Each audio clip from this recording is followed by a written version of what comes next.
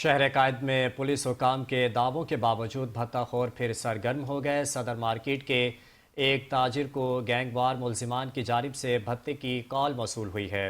अहम खबर से अपने नाज़रीन को आगाह करें। शहर कायद में पुलिस हुकाम के दावों के बावजूद भत्ताखोर फिर सरगर्म हो गए हैं।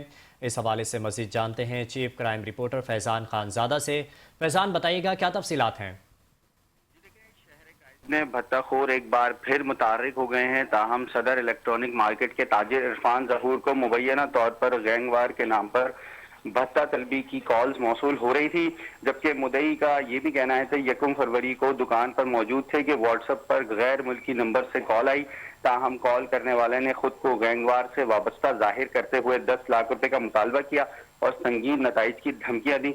जबकि ताजिर का मजीद भी ये कहना था कि कॉल अटेंड ना करने पर मुख्तलिफ नंबरों से बार बार राब्ता किए जाने की भी कोशिश की जा रही थी, जबकि वॉइस मैसेजेस भेजे गए।